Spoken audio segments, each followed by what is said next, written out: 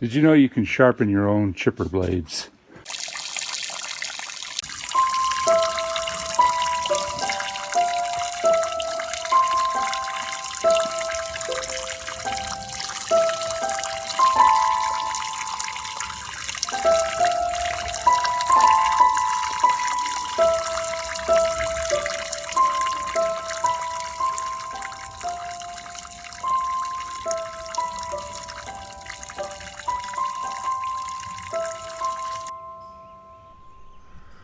Well, today's topic is something that is actually more directed to a tree service owner or somebody who's in charge of maintenance of the chipper, because what I would like to talk about today is something that is so critically important, and that is keeping your chipper sharp.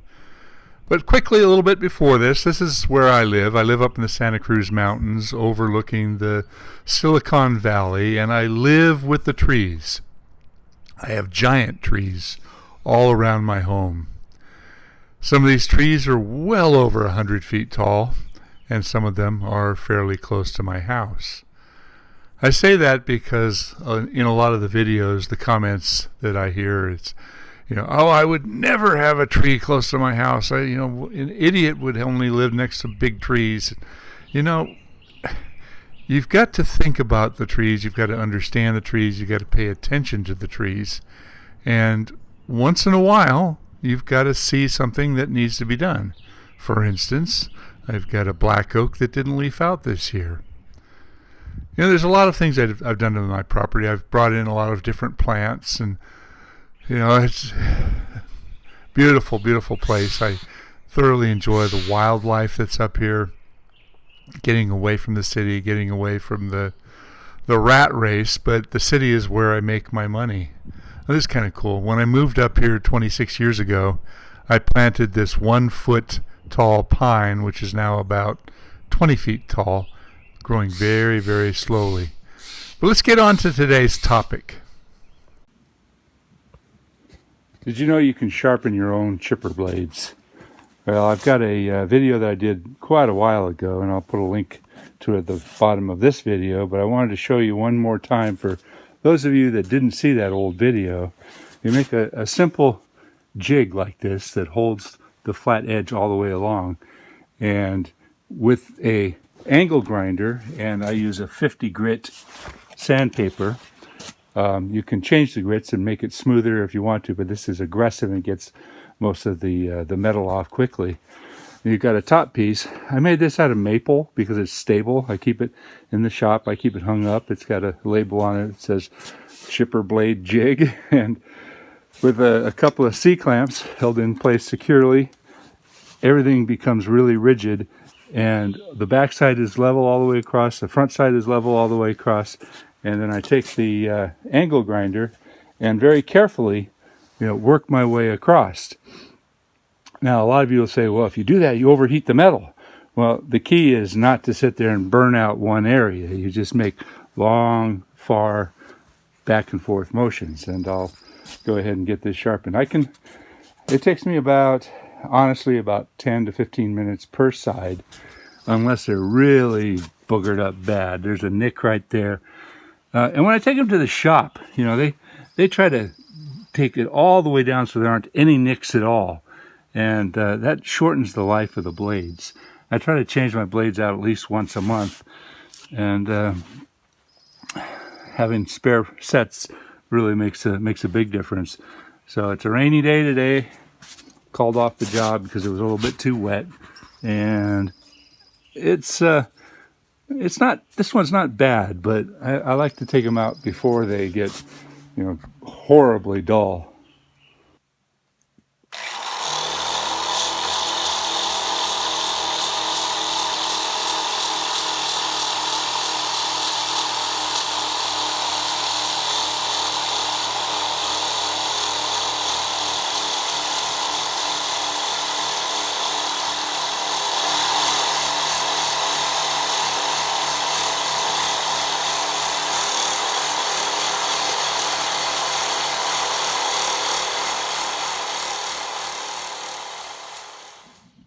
So this is what it looks like after the first pass. That one's pretty sharp. This one still needs a little bit. And you see I still got some big nicks in here. Now if you do decide to do this yourself, be very careful that the grinder is cutting downward to the edge as you go along. Because if you've got it spinning and you come up to it and actually catch the edge, it'll just rip that grinder apart. It'll cut it open. I'm speaking from experience. It happened to me one time. And now I'm very careful to go at it at an angle. You got to keep the bevel the same all the way along. And I've got it really, really sharp right now. There's still a few little pits in there. And when you put it all back on, always make sure that the best blades, the two best blades, are on the outside. And this is for a bandit chipper, but that follows for every chipper, because the outside does the majority of the hardest chipping. That's what I've been told anyway. So the next step is I'm going to take these and I'm going to flip them over, and very, very carefully I'm going to run the grinder back along, being careful not to change the bevel, just to create a flat, because there's a little bit of a burr that sometimes develops along the bottom, plus all the debris that's on there. So that's just a quick cleanup all the way down and along. You still have to put this on there to keep them flat, and you flip them around. It's also important to keep the consistency. You want all on one side the same, because if for some reason you sharpen one side more than the other, then they're not really smart to transfer them.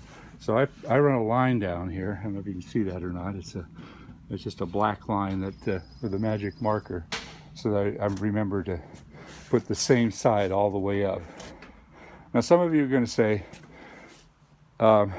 nothing like a set of blades that come straight from the shop. But I tell you, if you can see that, I mean, I can cut myself really easy on that edge. It is not razor sharp, but close. Really, really close. But it's not a razor I'm dealing with either. Because you want this sitting flat. Get all the debris off first. I usually scrape it either with a chisel or even just a knife. Get the biggest, roughest parts off. Then I'm going to take very carefully, not creating another bevel on this side, because you want this to be dead flat. You want it to come straight out to the very edge, all the way down. But you can see some areas where it's kind of curled under a little bit, but I can feel a little bit of a rise down here. So just by running the grinder down over here, you take some of these high bits off and make it flat all the way along. Just like you're sharpening a hand plane. Same idea. And finally, I put it all back together after I've done the bottom, and I put it back to where I started. And you can see I've got the black line all the way along here. And I'm going to use a finer grit sandpaper to bring this up to even finer, sharper edge. And we're good to go. So there we have it. We're ready to go back on the chipper. You can see they are really scary sharp. Can you cut yourself? Absolutely. Can you shave with them? I don't think so. Are they as good as a sharpening you get from the shop? No, they are not. Like I said, take it to the shop, they reduce it all the way down, they get rid of every single nick, and your blades get shorter and shorter and shorter. There's a couple of benefits from doing it yourself. One, you can just get it done. You don't have to wait for the shop to get them back to you. And if you're like me, sometimes I realize, oh my God, I've gone through all my sharp blades. I need to get back to work. So it's a quick fix. Two, it saves you some money. I don't know what it costs you out wherever you live, but it's about $65 to $70 to get both sides of a set of blades sharpened. So I get this done in less than an hour, and I'm ready to go. But at the same time, I can take the anvil out and bring that over, and with the same tool, I can give that a nice, clean, sharp top edge as well. Because the edge of the anvil, the crispness of the top right angle is every bit as important as a sharp blade. So it's all about getting everything back in good running order. And this is the anvil. You can see that it's rounded over on all 4 edges. So these are replaceable, and if they get too bad, I do recommend just getting a brand new one. But I've got one pretty good side here, which gives me 2 more edges. That one up there, that one's pretty hopeless. I'm not going to do that. So I'm going to put an edge on that one. We'll put that one back in, and that'll give us 2 more times that we can flip that anvil and back to work. And by the way, to hold all of this while you're working, I recommend that you use a workmate. I've had this one for probably 40 years, and it still works fine. It's kind of beat up, a little rusty. The clips don't work. I replaced the tops with a couple of thicker pieces, made it a whole lot easier. As you can see, that's the original handle. That's the replacement handle. But it still works. It works fine, and it's great for clamping something like this anvil piece, and I can keep bringing it down, get it nice and crisp and sharp on both sides, and it'll give me 2 more sharpenings. But it's at a good working height, however you guys decide to do it, if you decide to do it. Disclaimer, do this at your own risk, because sharp blades for a chipper are super dangerous. And when you put them back in, oh, be careful. All right, this side of the anvil is shot. You can see how rounded over it is. And even that side's too far gone to sharpen it up with this. You might be able to take it to a commercial grinder and bring the whole thing down. But this side, I was able to get one excellent edge and one pretty good edge. So we're going to use this edge this time. It's time for either a new anvil or take it to a shop and have it ground down professionally. But this is as good an edge as you could possibly hope for. Crisp and sharp.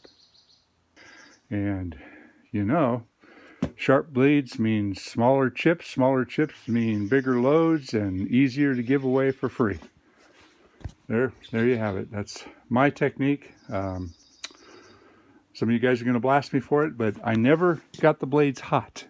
You know, even right after I was doing it, they were just warm. They weren't hot, because you don't want to ruin the temper of the steel. But it grinds quite readily, you can see.